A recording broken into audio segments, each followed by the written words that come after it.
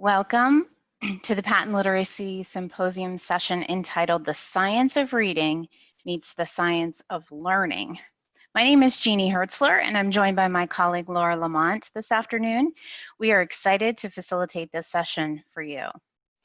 First, we have a few housekeeping items, as we always do. We want you to be aware that there is closed captioning available for this session.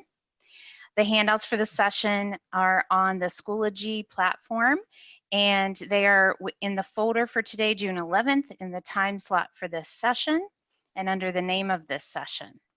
We plan for this session to be about 75 minutes long, ending around 3:15. If you could please keep your video off, and you'll be muted on our end so that we can reduce any distractions this afternoon. Also, the chat feature will be closed to talk back and forth between yourselves, but you'll have the permissions to talk to the host. So if you have a question or a comment during the presentation, feel free to chat that. In fact, Dr. Archer has requested that we use the last few minutes of the session for questions and answers. So we'll pause near the end and she'll answer the questions that you enter into the chat, as many as we can get to anyway. Also, don't forget, we are appreciating all of the social media attention, and we would love for you to tweet out all your new learnings. So be sure to use the hashtag #PALitSymposium. And so now I have the pleasure of introducing to you Dr. Anita Archer. Dr. Archer serves as an educational consultant to state departments, county agencies, and school districts on explicit instruction and literacy instruction. She has taught elementary and middle school students and is the recipient of 10 Outstanding Educator Awards. Dr. Archer has served on the faculties of San Diego State University, the University of Washington, and the University of Oregon. She is internationally known for her presentations and publications on instructional procedures and literacy instruction, and has co-authored numerous curriculum materials with Dr. Mary Gleason, including the Rewards Reading and Writing Intervention programs. Dr. Archer authored with Dr. Charles Hughes, Explicit Instruction, Effective and Efficient Teaching. Please welcome our longtime Pennsylvania friend from Oregon. From Oregon, Dr. Anita Archer. Thank you so much. Let me just bring up my PowerPoint here. And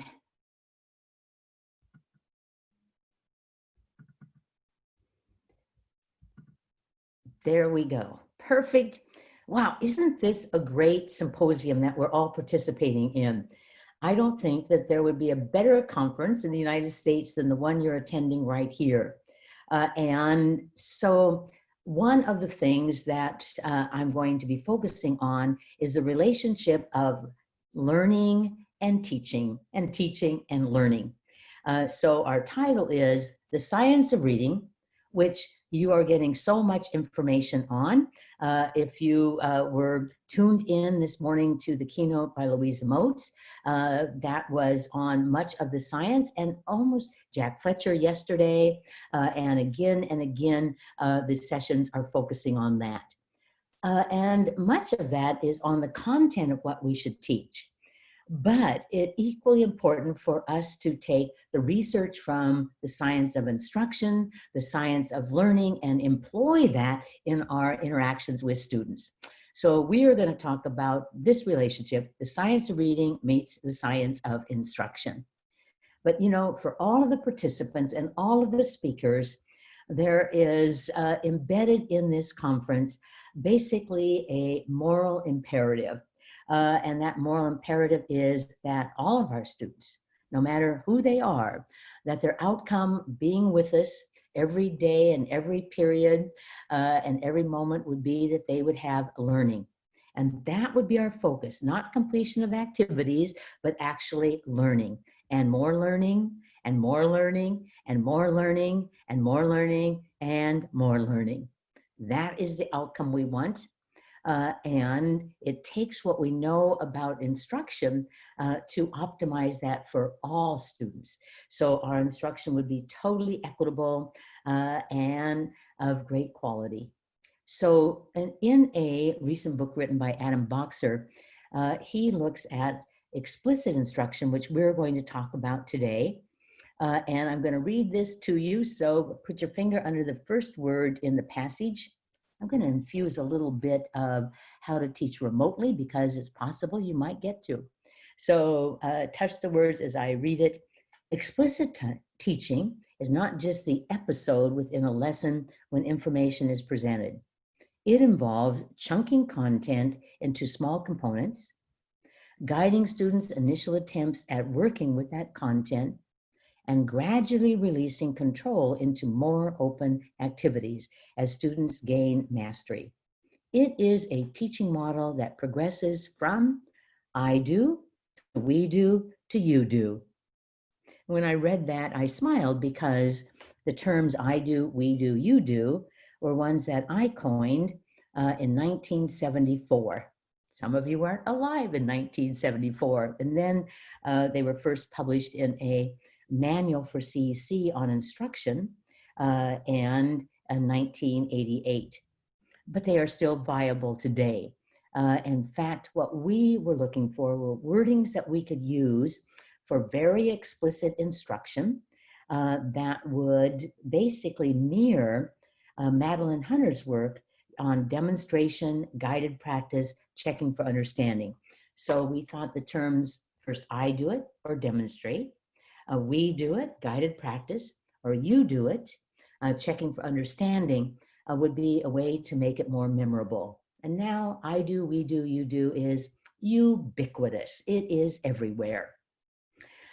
So we are going to look at 9 big ideas from the research on instruction, from the research from cognitive science on learning, about what we would love to see in every class, every day, in every lesson.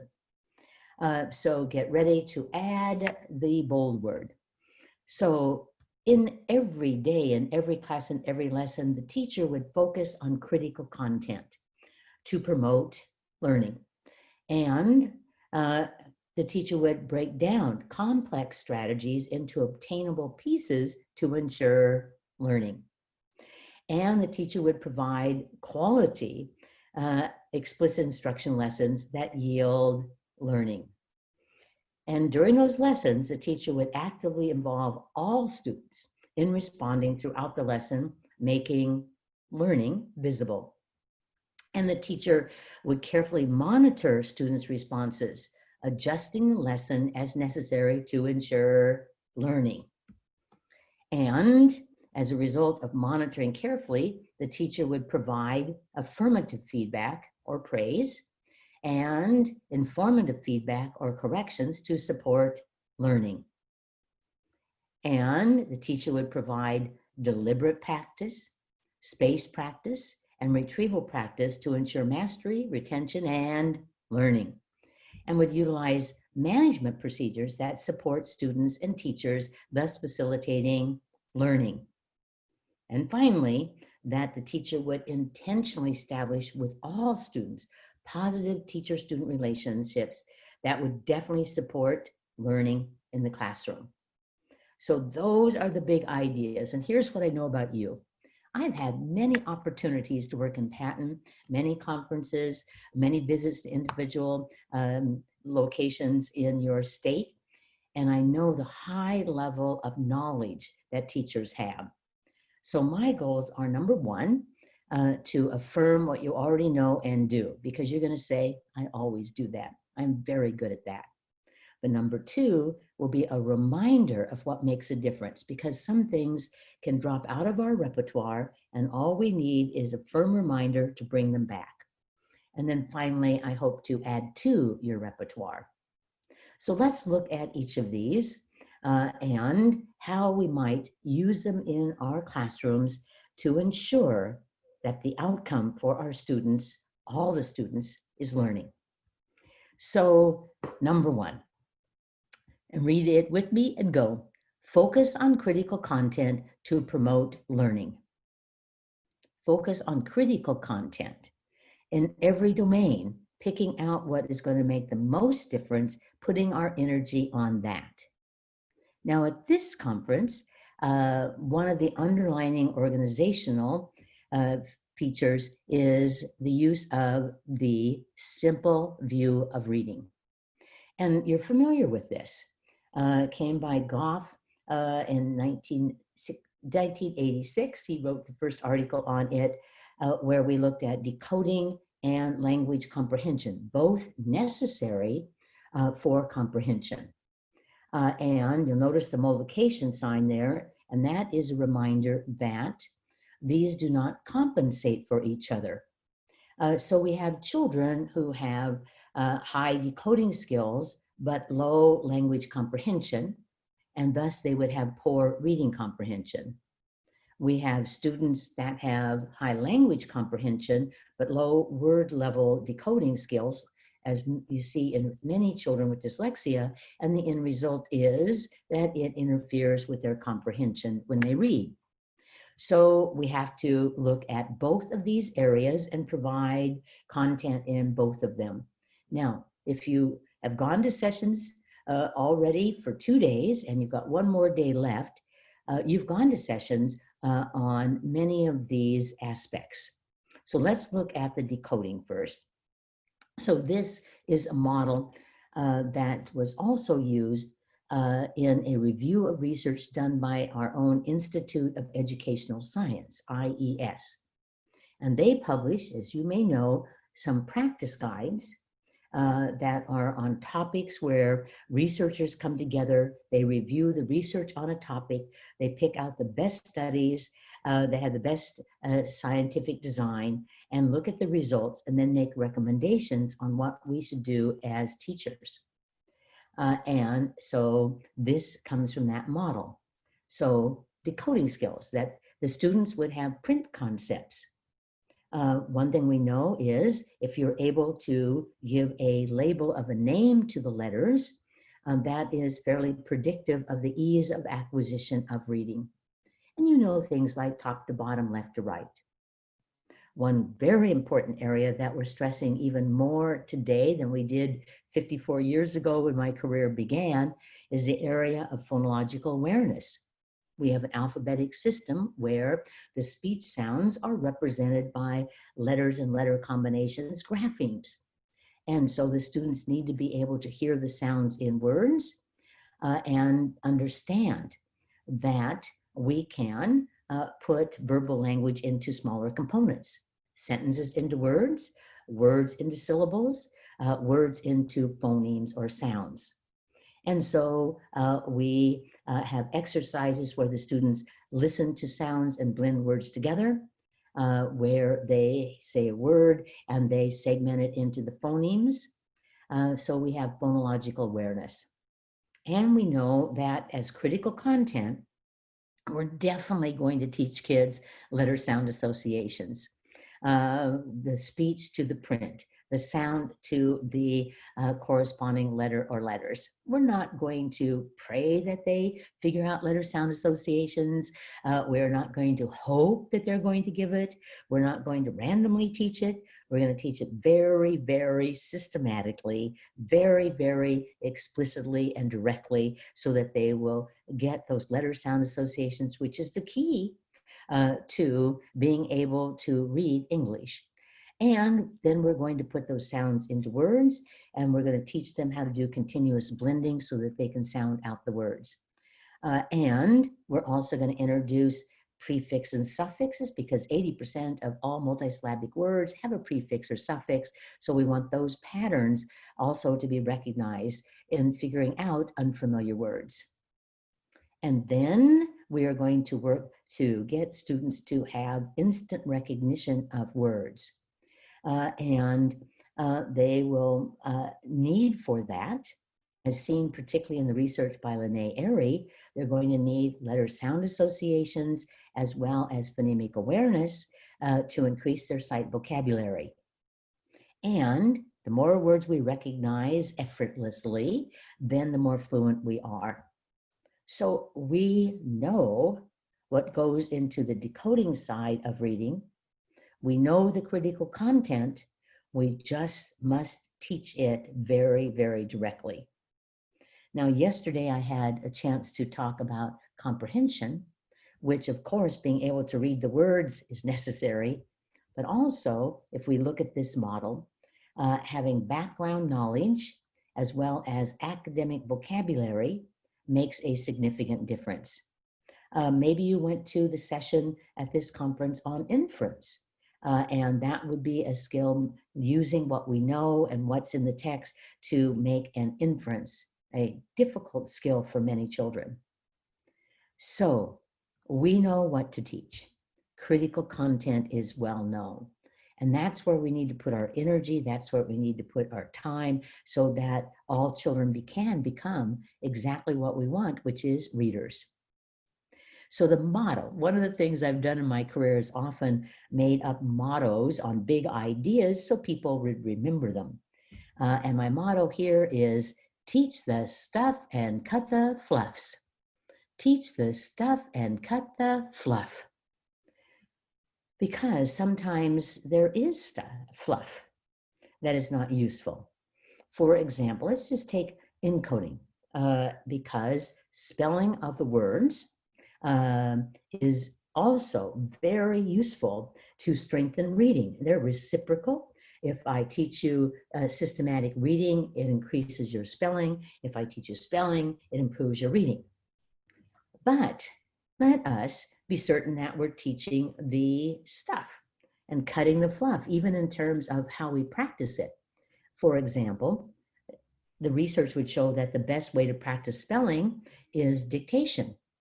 Teacher says a word, the students repeat it, we break it down into the sounds, the students then say the sounds to themselves as they write the word, dictation. Other activities, such as doing word searches, unlikely to make a big difference. So even in practice, we have to teach the stuff and cut the fluff. All right, here's a really important one that you've learned from your own practice. And that is, when we have very complex strategies, it is useful to break it down into obtainable pieces to ensure learning. And basically, you already understand this from your own experience, that if there's too much information coming at you, particularly when you don't have a way to connect it to what you already know, you experience cognitive overload. You can actually feel it in your body when you want to say to that professor, stop, because there's too much information coming to you.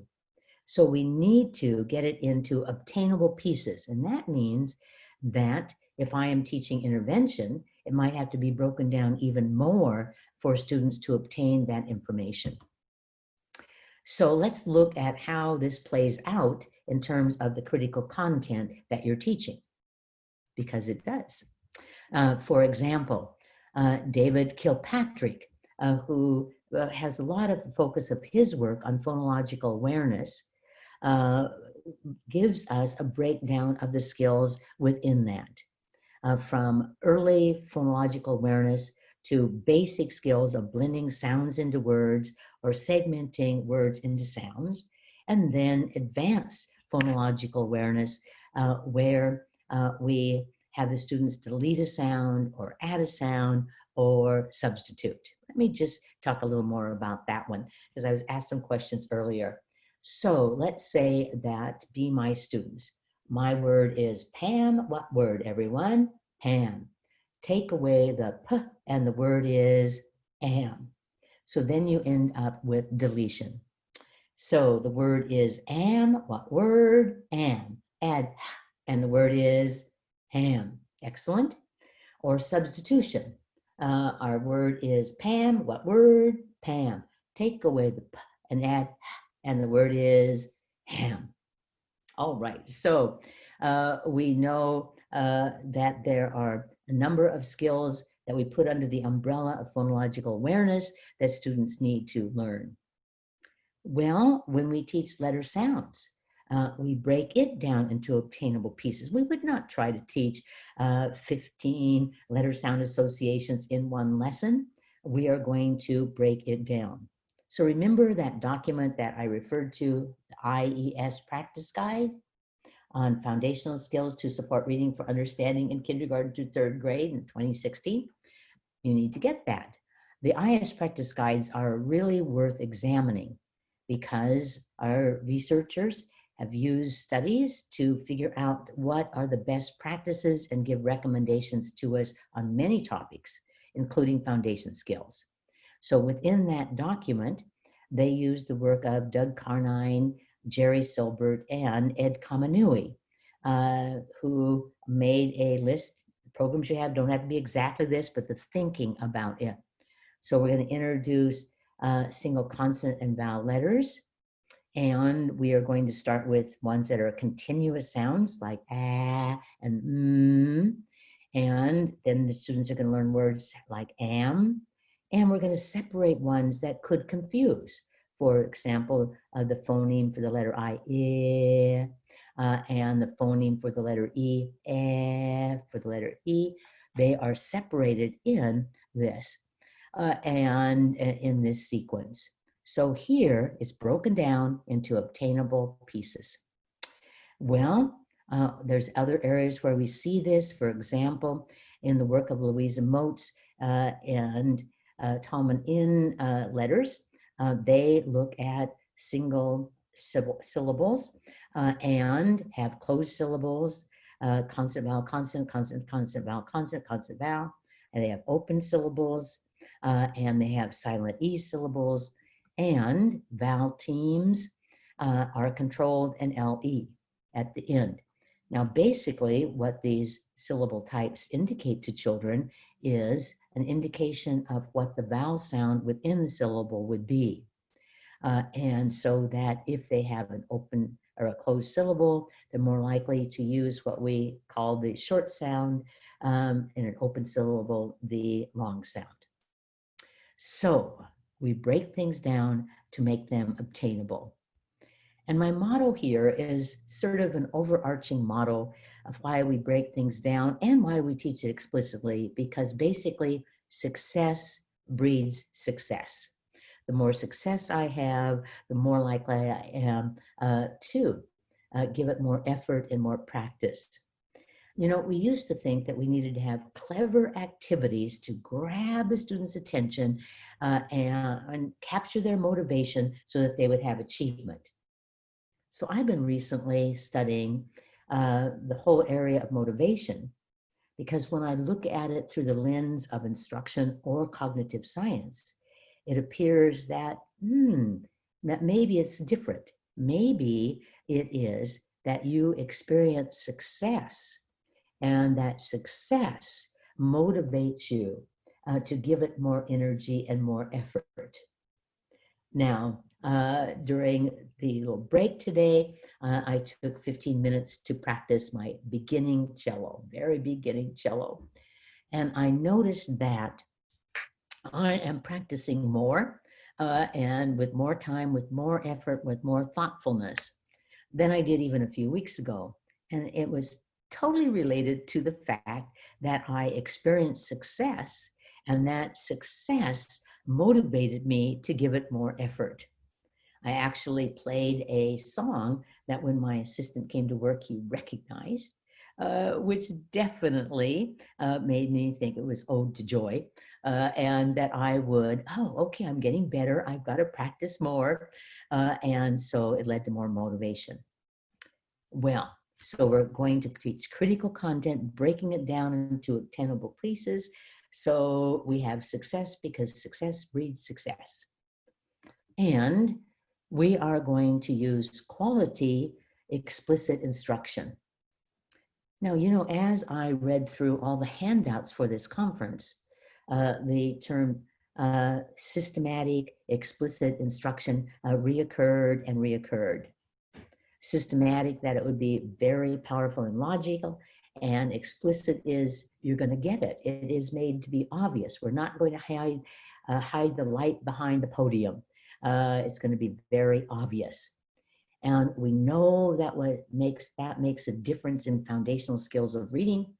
But anytime we have novices, meaning that they don't have background knowledge in the area, they don't have a lot of information about it, they're a novice, could be even an adult a novice, they benefit from very obvious, very explicit instruction where they get it.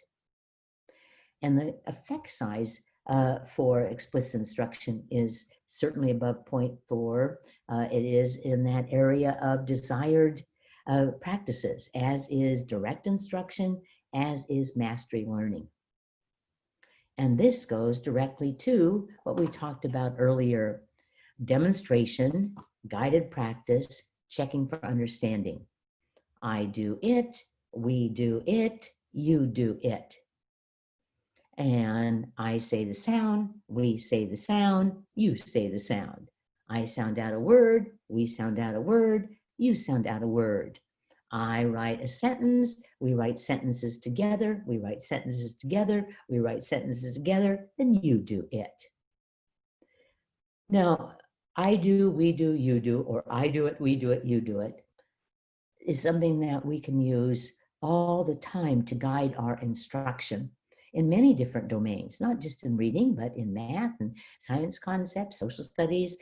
We can use these steps.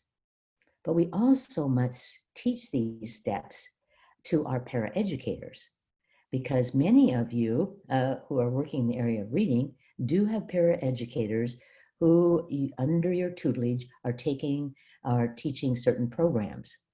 And they need to know the very basics of instruction. I do, we do, you do. I also teach this to all parents. And because it gives them a way not just to tell the kids to do it or to yell at them, but to guide them to it. If your child doesn't know how to do something, stop and say, watch me do it. Now let's do it together. Now you show me how to do that. So it is a powerful tool for all possibilities. So let me just model quickly. So put your finger under the letter A. So this is the letter A, and the sound is ah. Everybody say the sound with me, ah. And by yourself, say the sound. Yes, ah. I say the sound, we say the sound, you say the sound. Though it will have to be followed up with a good deal of practice in order for it to move from working memory to permanent memory, because we need this with automaticity. Similarly, if I was teaching you to sound out words, I could use this. I'd have to fade it out over time as you became more proficient, but first I might use I do, we do, you do. So look at the first word. I always have to laugh when I'm in classes and the teacher says, look at the word sip, let's sound it out. Well, there's really no reason to sound it out since you just said it. So be careful not to say the word. So my turn. I'm going to touch each letter and I'll say its sound, and I'll keep saying the sound until I touch the next letter, and I won't stop between these sounds. My turn to sound out the word sip, and sound it out with me and go sip. And everybody by yourself. And the word is sip. I sound out the word, we sound out the word, you sound out the word. So we need quality, explicit instruction, best defined as you get it. That is exactly what we want. And so the mottos of how well I teach equals how well they learn, and how well they learn equals how well I taught. Is the principle that underlies explicit instruction and the steps of I do it, we do it, you do it. Now, of all possible things that I would want to remind you of, it's the importance of opportunities to respond. The number of responses that the students need within a lesson. Whether I am teaching remotely or I am teaching with students in the classroom, and don't we look forward to celebrating the return of having that human interaction with children? I'm getting kind of fond of remote lessons, but we know that the opportunities to respond within lessons has many, many benefits. And I just read some recent reviews that summarize this information. And we will put those up in the resources that you're going to get later. And one of the outcomes is that the students are more on task. when the instruction is interactive. And they not only are more on task, but there is higher levels of achievement in the lesson. And the third consistent finding in terms of opportunities to respond is that there is a reduction in management problems. Now we have to celebrate that. And the fourth one that's emerged from some more recent research is that if I have a tier 2 or tier 3 intervention group, that getting many responses increases the intensity of that instruction. Now, these are big benefits of interactive instruction. On task, more achievement, fewer management problems, and more intensity in intervention. And so we want the instruction to be interactive. I say something, you say something, I write something, you write something, I do something, you do something. It never can be, I say something, I say something, I say something, I say something, I say something, I say something, see you tomorrow. Many of the kids you teach in that circumstance would go into deep cognitive floating, no longer attending to the critical aspect of the lesson. So this is just a little chart of what are the kinds of ways that we can get responses from students. And it was designed to reflect if the students were present in our classroom.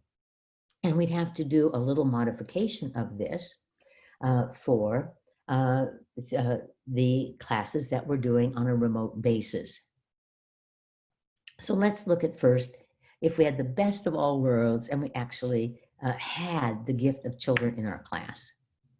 So one thing we could do is we could, when the answers are short and the same, we could have students say it together. Structured choral responses. And structured is critical because just allowing random shout outs would not be optimum. But if we had an answer that was short and the same, we could have everyone say it together, but we would need some kind of cue, some kind of signal. I usually do this. I ask the question, give them thinking time, say everyone, and signal for an answer. But you could use any cue you wish. I was in one class where the young woman that I was working with and coaching, she went, everyone, everyone, everyone, and used that as the cue. And they said it together. It was perfect. We could have kids say answers to a partner, but it better be structured. Not just, oh, turn and talk, but have some structure to it. So I might teach, I might then ask a question, give students a chance to think about it, and then designate the student who's going to say the answer. One is tell your partner, maybe even give them a sentence starter that they're going to use to frame their answer. So we could use partners. We could call on individuals. Now, this is one we really have to be cautious about because in American schools, and I will tell you since I work in Australia too, and in Canada, even there, those two countries, it's also the predominant way of involving students is teaching, asking a question, and asking kids to raise their hands. Well, what is the problem with that? Well, just a few kids raise their hands, pretty predictable kids, high-performing students, students that are assertive, students that are proficient in English. I would say that probably one of the least equitable of our teaching practices is calling on volunteers. You just need to just say no to volunteers and instead call on students randomly. Now, yesterday I was asked, well, should we do cold calls? It was kind of like a little aggressive, but I like to set kids up for success so that I might teach them, I might ask a question and have them think about it, and I might have them share the answer with partners, and then I might randomly call on them, pulling a stick out and calling on that name, using the app on my phone to randomly call on them. We could have discussions. And that means that we want to support those discussions, and we might do that by allowing the children to think about the prompt before the discussion, write down their talking points beforehand, share them with a partner beforehand, and then many more kids are likely to participate because they've already thought of ideas, they've been validated for their ideas, and they're much more willing to share it. So almost all of these practices in terms of opportunities to respond could be tweaked into better practice to make them more equitable for all the children in the classroom. We could have them use what I refer to as hold-ups. For written responses, they could write the response and hold it up. They could have response cards that they hold up. And so one of the questions from one of the other sessions was how you could get students involved if you're teaching remotely. Well, if the students are going to be on remotely and we're doing it live, we've had the kids make a whiteboard since we didn't send it home when the virus came. So we have them find something in their home, such as a dish that's a surface they could write on, that they would have a marking pen that they could write on it and wipe it off so that they could hold it up and we could see their answers. We found it very effective to use a response sheet. So this one is one we've used in many live remote lessons. Yes and no, A, B, C, D, true and false, and agree, disagree. So let's say that we have taught information and we're going to give them some statements and have them decide if they agree or disagree with it. And so we have this, and they have this in front of them. We read the statement. They put their finger on the answer and then they hold it up and we're able to monitor all the children on our screen. This has been very effective, particularly, we could use it in the classroom, but very effective with remote lessons. And looking down below, along with that, the whiteboards we hold up, the response sheets that we hold up, but we could also use hand signals. Now we've often used agree, disagree, yes or no. But if we have, let's say, multiple choice items, 1, 2, 3, 4, and they show us the answer as number 3. You know, it's not so much which practice you're going to use. It is very much the number of responses that make a difference. Do you have, when they are quick responses, like choral responses, you know, do you have 3 to 5 responses in a minute? Oh, that's quite a few responses to keep them totally present. Of course, as it becomes more complex, we would have fewer responses. So we have critical content. We have broken down that content. We have explicit instruction on it, and we're getting many responses because learning is not a spectator sport. Some children trying to make it a spectator sport and just like hang out, but they need to be actively engaged if learning is going to occur. So number 5. So when students are making responses, we need to monitor. We need to be totally present. We need not to let our thoughts go other places. We need to be there attending to them.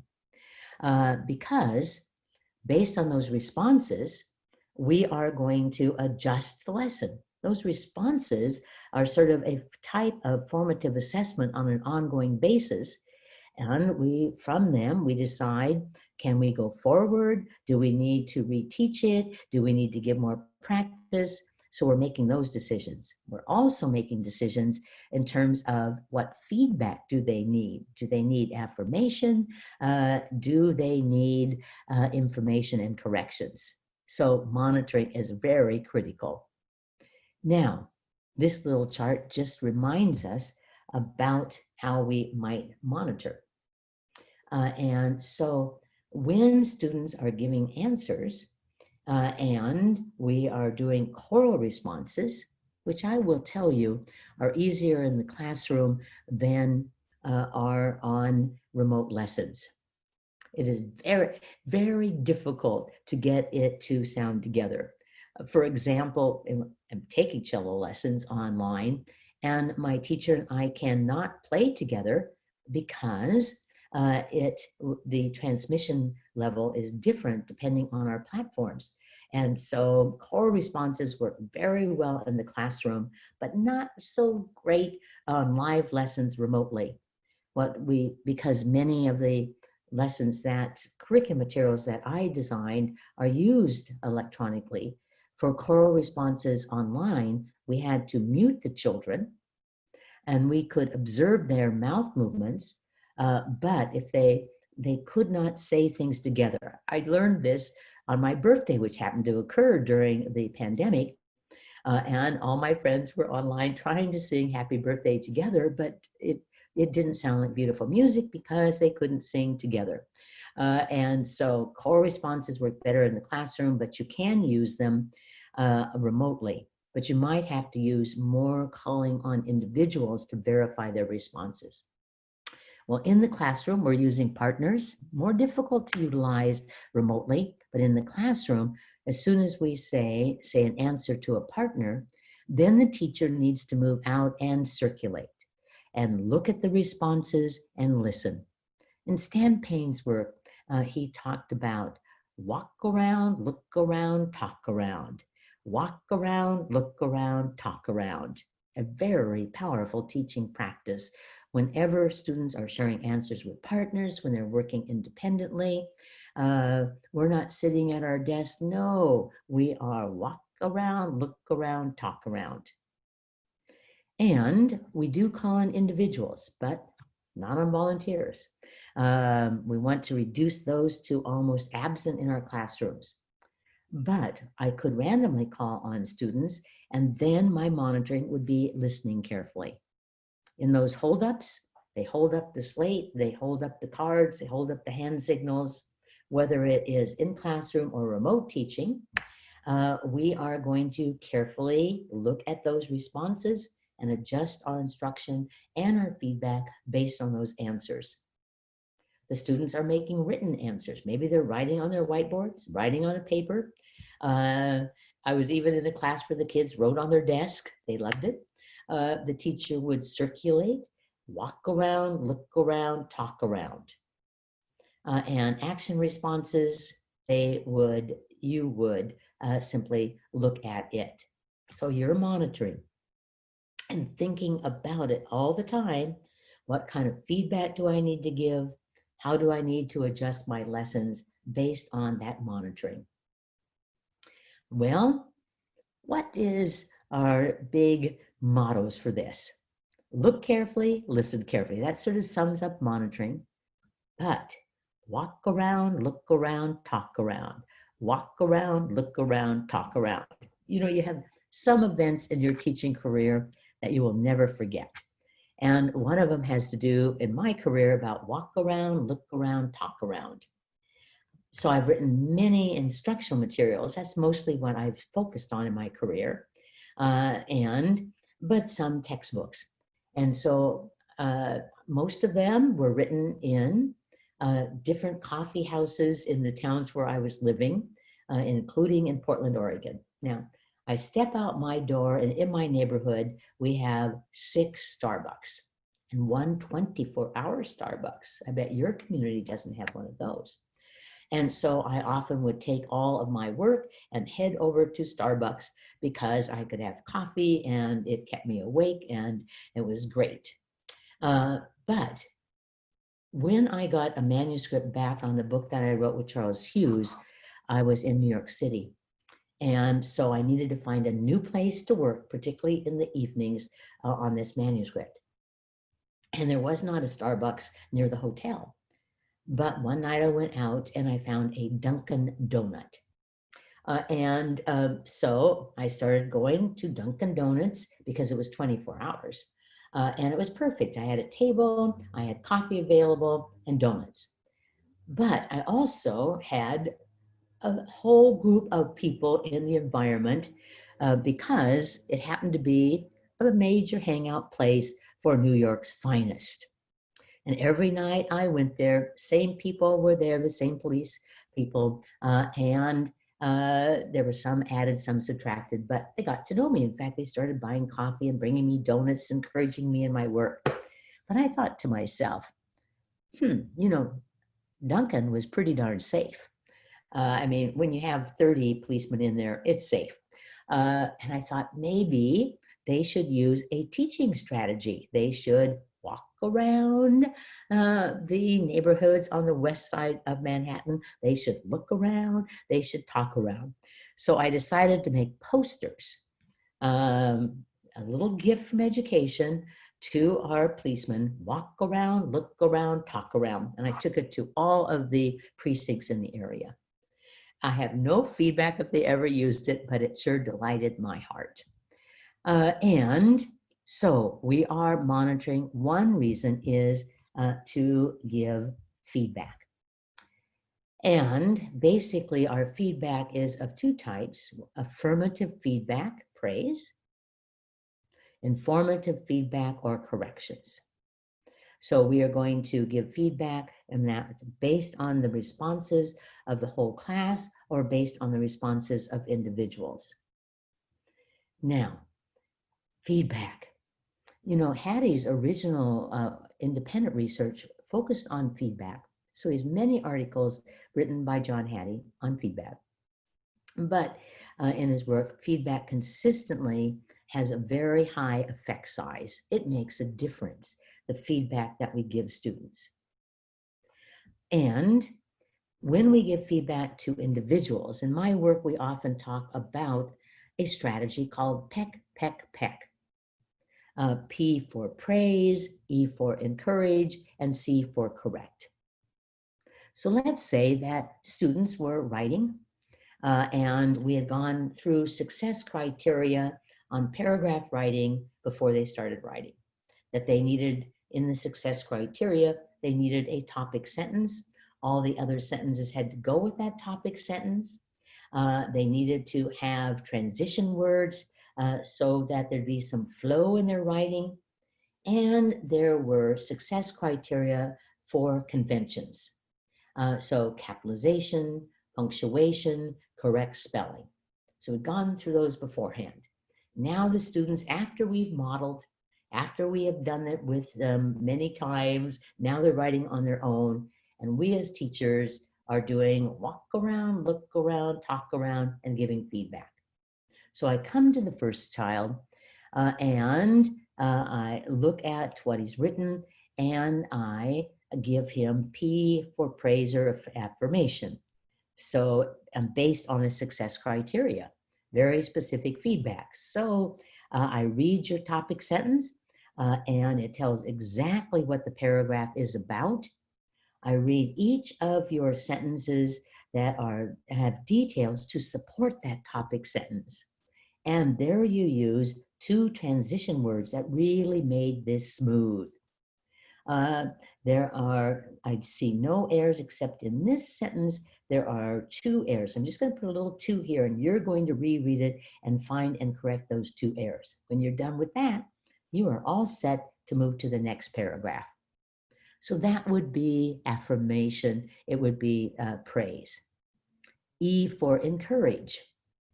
Maybe I come to a student who I've noticed has not yet lifted pencil. I'm going to be civil with that child and I'm going to say, do you understand what the directions are? Do you have the materials that you need? All right. While you begin writing, I'm going to go help some other students and I'll come back if you have any questions. That's modeling from my good friend, Randy Sprick, of having encouragement that is, even for a student who is sort of resistant, has not lifted the pencil yet, to be civil with them. But other encouragement might be, you've got a good start on this because the first sentence is a detail, but you need to add a topic sentence so you can encourage them. And then you could correct too. And so if you noticed errors, you can correct. Now, what is interesting in my work in so many schools that I'm in, I've seen some reluctance to correct students, particularly by special ed teachers and by primary teachers. And I'll ask them, well, now, why didn't you correct that error? And they'll say, well, you know, I don't want to deflate the child's self-esteem. Well, I'll tell you what will deplete your self-esteem is if you don't get it. So corrections are fine to do, but they have to be done in an affect that is informative and doesn't have that negativity around it. That just informs you. In the same affect of teaching, we correct errors. Well, so what is our motto here? Affirm and inform. That's what corrections do. Here is the student's desired behavior, and here is their current behavior. And if they are here, we want to inform them through our feedback to give them the information and tools to lift them up.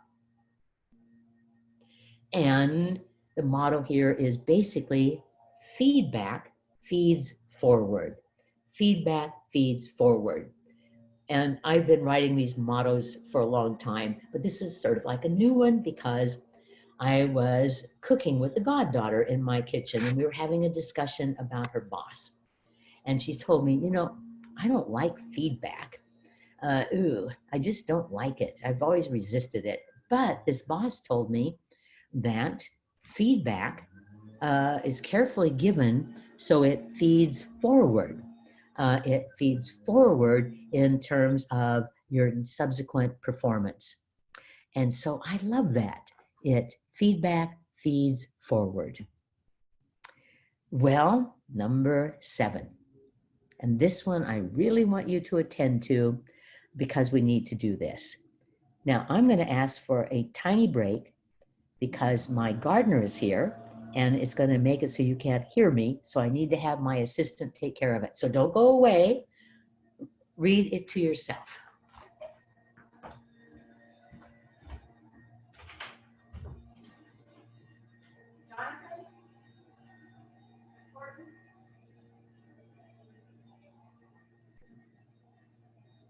Thank you so much, Fred. Say hi to Mark.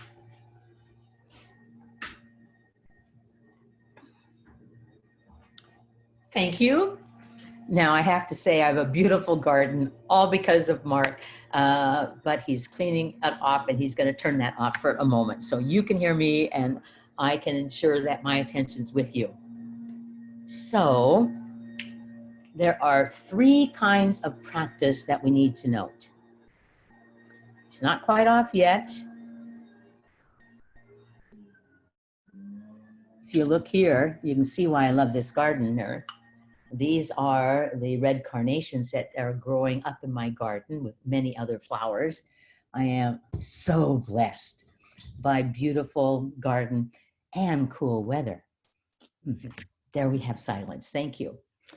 So practice is an area we need to look at because in America, we have actually sort of demonized practice. We have made practice academically negative. We've even given it mottos such as, that is drill and kill. That is drill and kill.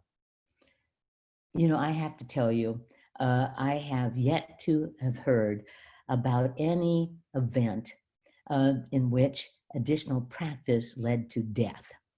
We have not one reported death by practice, even internationally.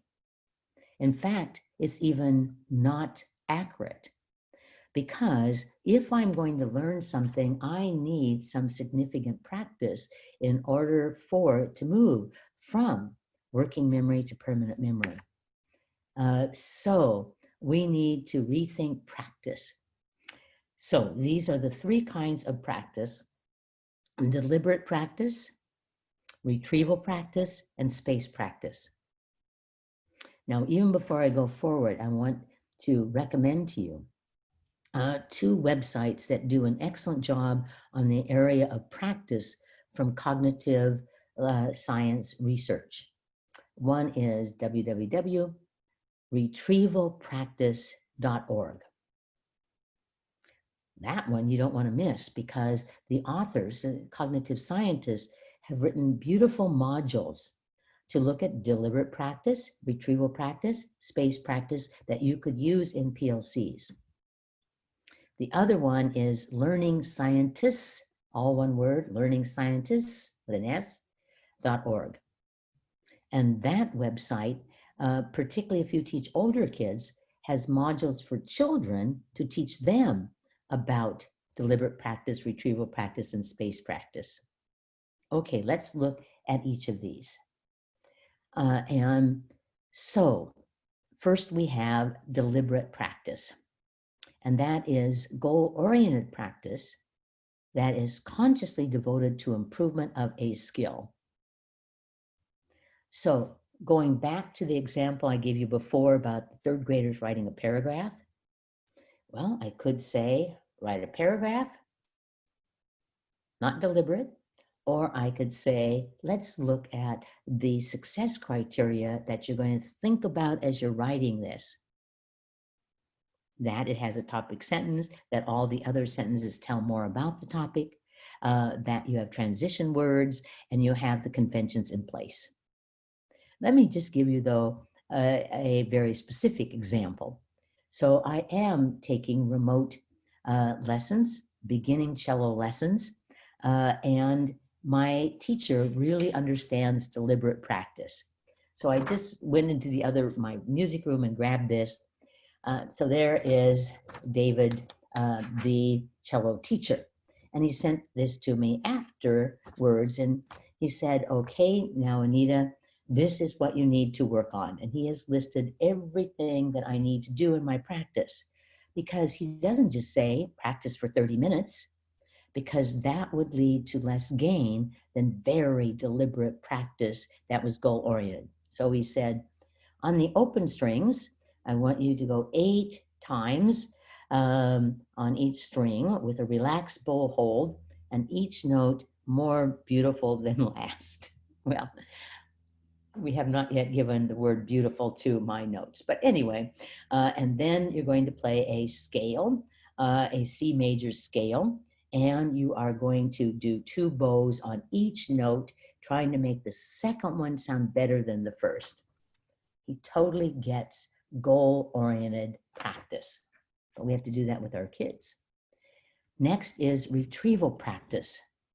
This is actually one of my favorite things to really focus on right now in my work in schools, is retrieval practice, where you have to retrieve the information from memory.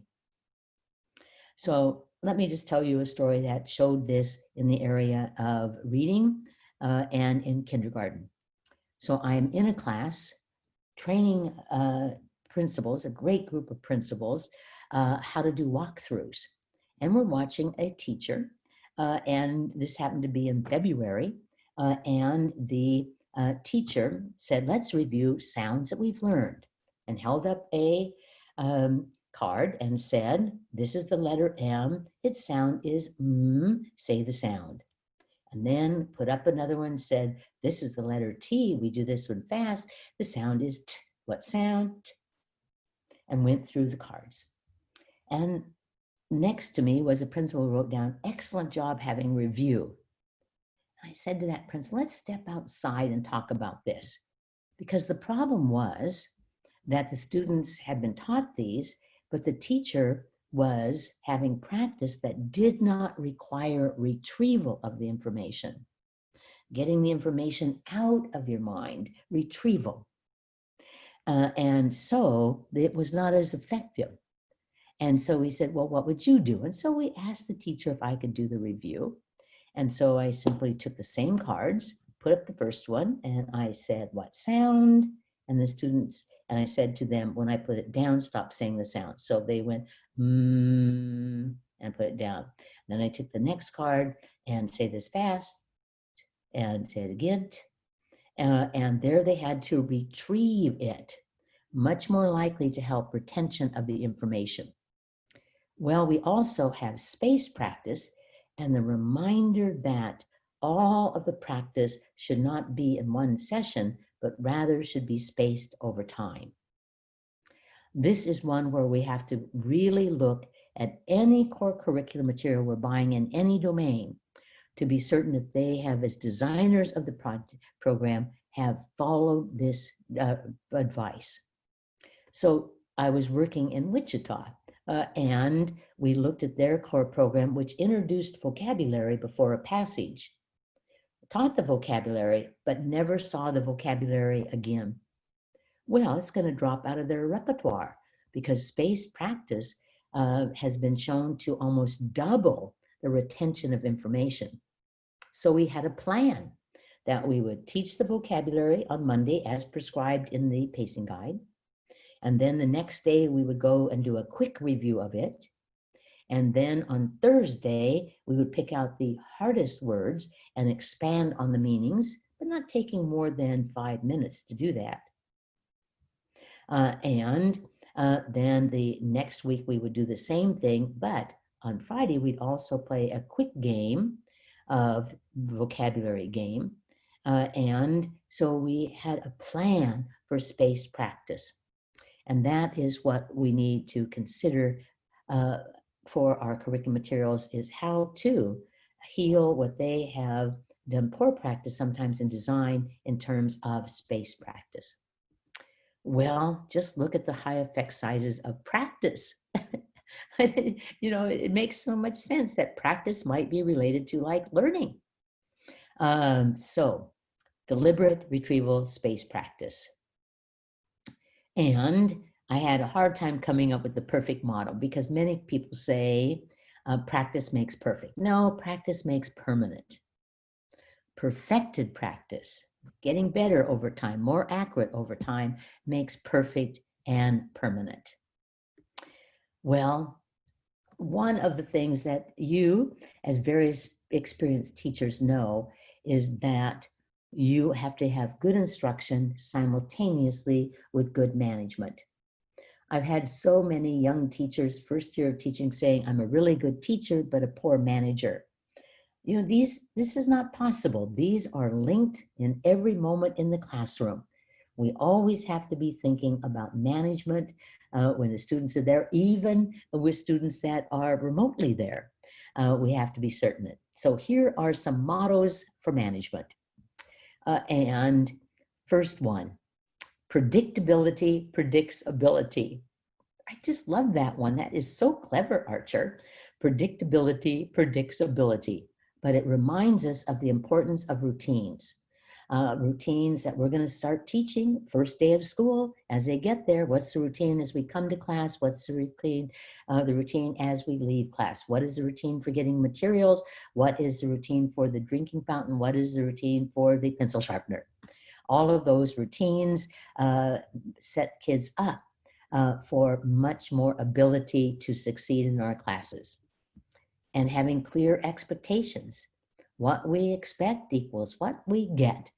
So having very clear expectations that we convey to the students. And this is my favorite. There's two favorite ones for management, but this is my absolute favorite. If you expect it, pre-correct it, everybody. If you expect it, pre-correct it. Always tell this story to illustrate this point, and it didn't happen in the classroom. It happened in Hastings, Nebraska. I was working in that city, which is home of Kool-Aid. It has a big sign and a museum dedicated to Kool-Aid. But I was having to stay over the weekend, and so I went to a restaurant on Sunday, and it was advertised as a New York deli. I've been in New York often, so I didn't see the resemblance, but the food was very good. And so I'm sitting in the foyer on the bench, and a mother comes in with two preschool kids. And she says, children, sit on the bench. And then she kneels in front of them and says, I want to review the restaurant guidelines. And I'm thinking, oh my goodness, get that yellow tablet out and take notes. And so she says, here's the things we have to remember. Number one, When we're in the restaurant, you have to be able to touch the table. So you can stand or sit, but you have to be able to touch the table. Number two, we have to use our quiet family voice so that we can hear what our family's saying, but other people can't. Number three, you have to order from the children's menu. And number four, you get to go to the bathroom once, but only once, make it work. What she had done is she expected certain things to happen, that they're going to order the big steak, but no, they're going to order from the child's menu. She did what you expect, and you pre-correct it beforehand. This is so powerful that this mother had mastered this. So we went in to eat. I'm sitting at a table and I'm thinking, as I look around, you know, I want to go over to that family and say, meet me in the foyer, because they didn't pre-correct.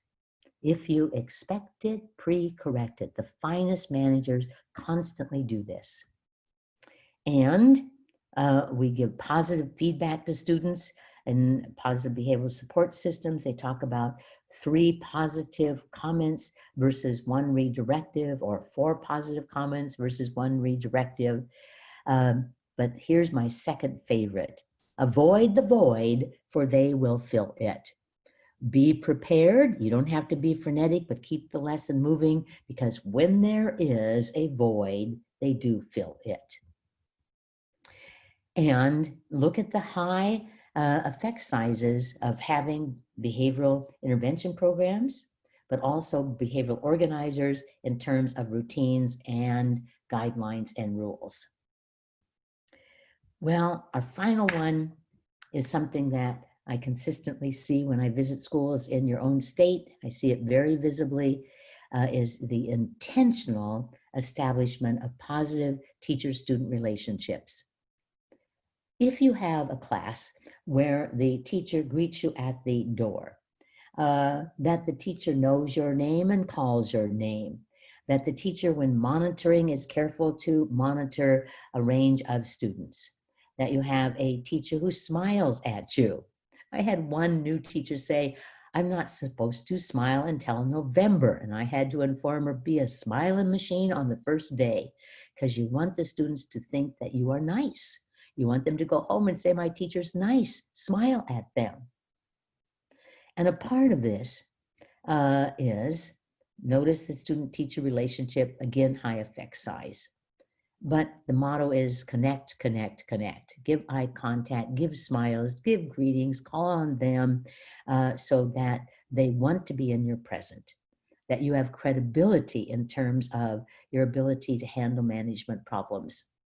And that means that all of us need to be kind. I'm working on a committee with a very good friend of mine who is a professor at University of Oregon, Dr. Doug Carnine. That name might be familiar to you in the area of reading.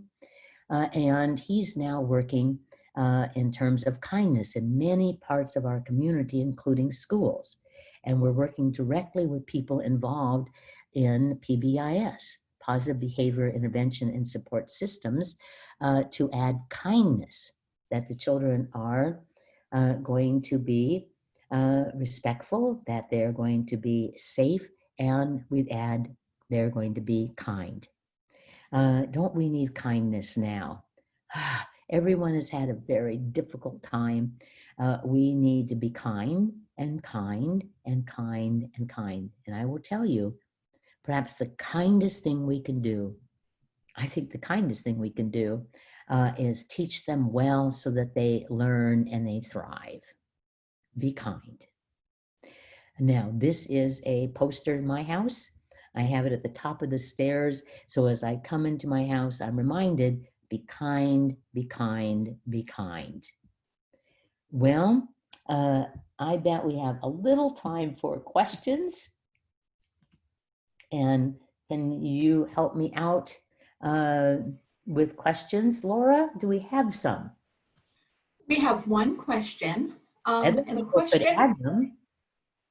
question that was asked was in relation to vocabulary, and I was having a private chat, and I referred the participant to explicitinstruction.org, and also mentioned that your session from yesterday will be available in the future. But through our conversation, I learned that this particular teacher is working with English language learners. Do you have any insight with regard to vocabulary instruction for English language learners that you might provide? So this is a complex thing, but there are some things that we know make a significant difference. And that is many of them in their first language would already have the concept, but often not the English term for it. And so we have to remember that, like, if someone comes, let's say from Mexico, and they have been schooled there, and now they are an 8th grader, often they will have the concept, they just don't have the English terminology. So there's many variations in terms of our English language learners in terms of concepts and thus vocabulary instruction. But there are some things that we could do. One, as we talk to students, and we have many English language learners, we could constantly pair in the simpler language that they might already be familiar with. And so just getting very automatic about giving the support of a synonym. Another thing we could do is have very explicit instruction on the vocabulary. And so let's say they're in a classroom and we're going to learn the word compulsory, okay? And so we would use an instructional routine to teach it, a routine that we could use with all students, but would be very powerful with them in learning the word and the concept. So we introduce the pronunciation of the word. This word is compulsory. What word? Compulsory. Put your hand on your table, tap and say the parts of the word compulsory. And then we would give a definition to it. Compulsory is something that is required. You must do it. It is compulsory. Then we give some examples. And so coming to school is compulsory. What's the word? Compulsory. Obviously, I just recently taught this. Okay, so, and then you'd ask questions to check their understanding. And so I'll tell you what we will do, because I did not do a whole session on vocabulary, but I certainly have PowerPoints. And Jeannie, you're going to put this on my to-do list to add. I'll add a PowerPoint on the research on vocabulary. So synonyms, repeated use of words, explicit instruction of words, but also never forgetting that these children might be very accomplished. They're just learning an additional language. Too often we group English language learners and special ed students. And we, without a deep respect for all the knowledge that they already have. We must be careful about this. Thank you, Dr. Archer. I'm going to go ahead and turn it over to Jeannie. Thanks, Laura. All right, we have a couple of closing items before we go today. Dr. Archer, we want to thank you for being with us, first of all.